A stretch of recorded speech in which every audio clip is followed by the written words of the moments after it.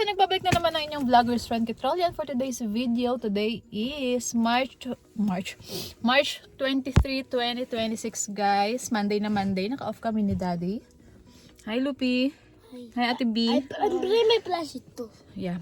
7:53 na guys. Hatid lang namin yung mga bata and then ipupuntahan kami ni Daddy. So ayun, samahan niyo kami sa aming ganap for today since para na naman kaming off ni Daddy.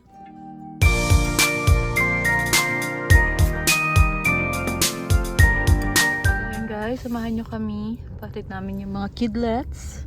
Where's Ate Baleng? Here. Show your face, Ate. I can see you here.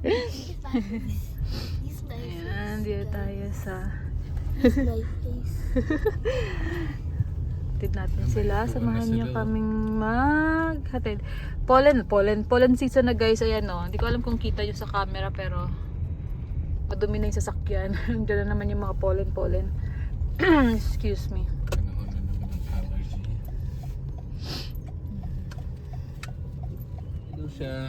Bye guys. Bye Ate B.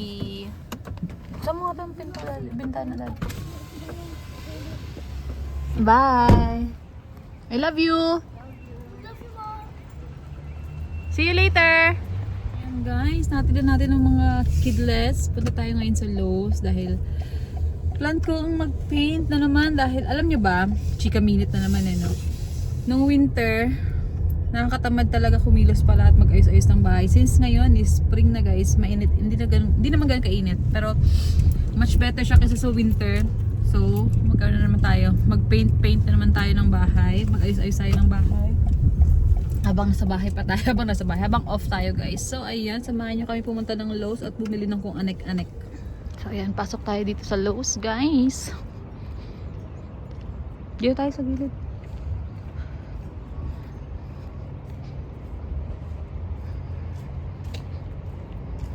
Dito kami sa Lowe's dahil ito yung malapit sa amin. Parang less than 1 mile lang tong Lowe's na to galing sa amin guys. So dito tayo bago kami umuwi. Ito sa likod oh, gazebo. Pero ang ganda. Ayan. Ito na yung mga uso ngayon binibenta kapag spring, kasi tambay ka sa labas, ganyan. Marami silang choices dito. Choices guys ng color dito sa Sherwin-Williams. Ito napili ko.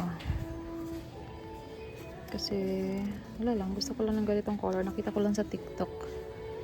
Tapos, parang gusto ko kalahati nito. At saka yung color ng bahay is yung Greek Villa.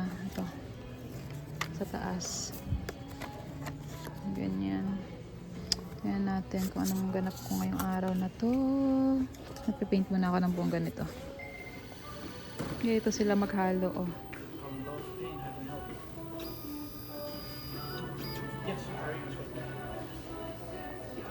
May lalagay lang sila dyan dito sa computer tapos halo-halo na.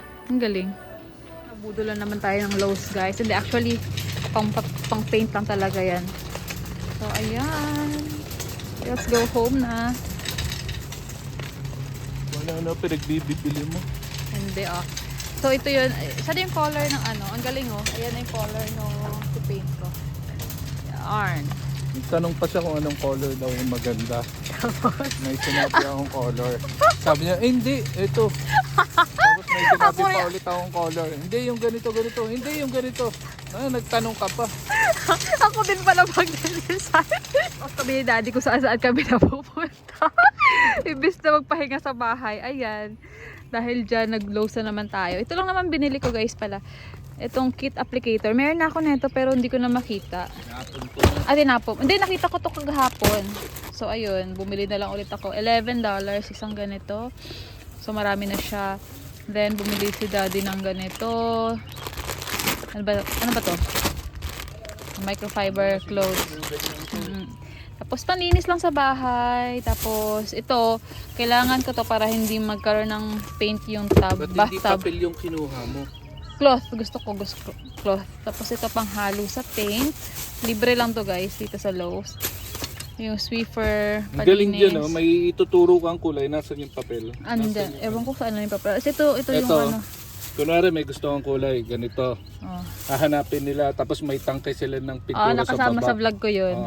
Tapos i-inject nila sa lata. Hindi na lata-lata dito. Kumbaga, tangki-tangkihan na. Tapos ayan, yan lang naman ang binili namin. So ayan, let's go, let's go. Ayun, feeling ko ngayong summer, ngayong spring to summer to fall, is puro pagpe-paint ang gagawin natin, guys. Pagpe-paint na, puro pintura. Kapag may time tayo, baka ganun ang ganap ko ngayong taon. Hanggang sa ma-perfect natin ang mga bagay-bagay. So ayun, hindi ko alam kung saan kami pupunta na naman. Saan tayo pupunta? Harbor Freight. Sa Harbor Freight daw. So ayun, samahan nyo rin kami doon kung ano man bibili ni Daddy. Para rin siyang Lowe's. Pero parang binigyan siya ng mga mas lesser, no? So ito guys, yung Harbor Freight tools. Ayan.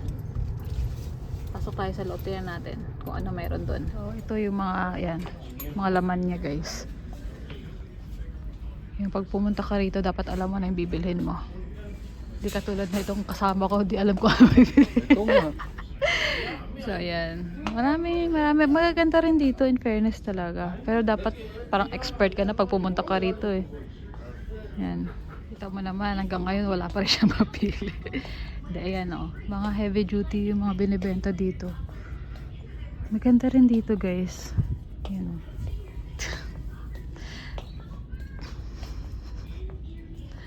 Wala, sige, hanggang ngayon kanina ka pa dyan. Tignan ko kung ano kayang sumabay.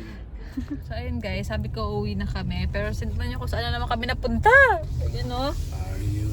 Nasa Costco tayo ngayon guys. Ayoko nang bumili.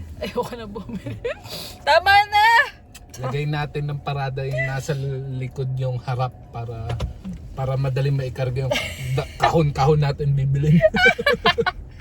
Hindi po nagtitipid ka pero choice kundi bumili. Ano ba naman yan, no? So halika na, samahan nyo kami. Siyempre, papabili na naman kami. Nandito kami sa Costco, guys. So Walmart, guys. Yan pa lang naman. Kandila Walmart, lang. Costco. Ay, Costco pala to. Kandila lang, 2 pants. Sana pa kami ng ano mabibili namin. At anong oras na? 11 na. Nandito pa rin kami. Paano ako magpipaint ngayon? Puro gala.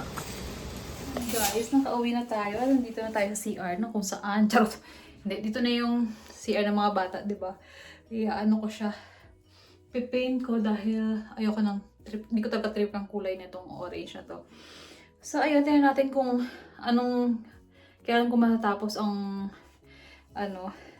ang project na to. Pero, ayun. Start na natin, guys. Habang may battery pa yung cellphone ko at medyo sinisipag-sipag pa ako.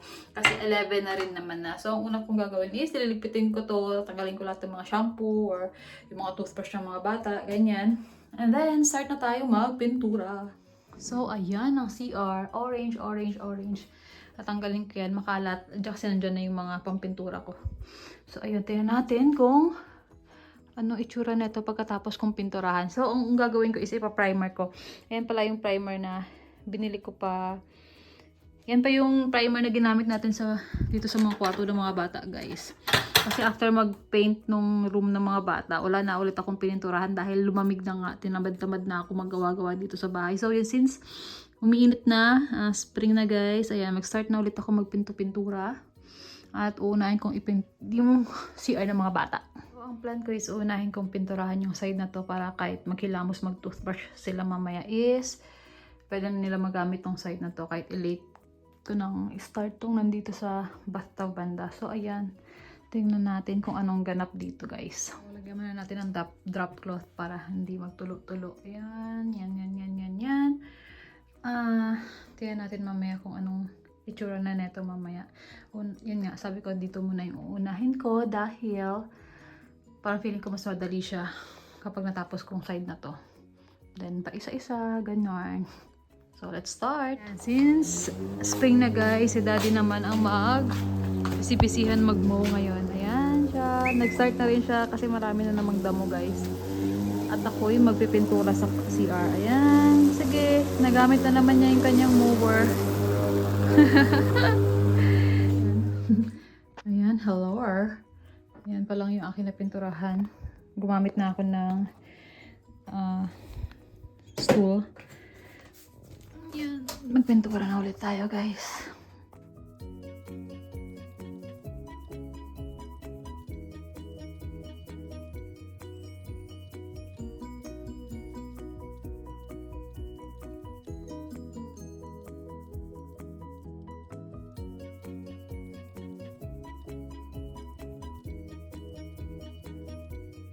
So, ayan. Nabuo ko siya. Hingin ng ano. Nabuo ko naman siyang i-primer. Ayan. Pero ito, may mga orange pa. Ito yung gagamitin ko. Hindi kasi kasya yung roller. So, ayan. Update, guys. Pinrimer ko na rin yung ceiling para kapag nagkulay ako, mas maganda. So, ayan ang ating ganap for today. Update, guys. Ayan, tinapos ko. Pinrimer ko muna. Papatuyuin ko pa yan. Ayan. Baka sa weekend ko na start mag-paint dyan.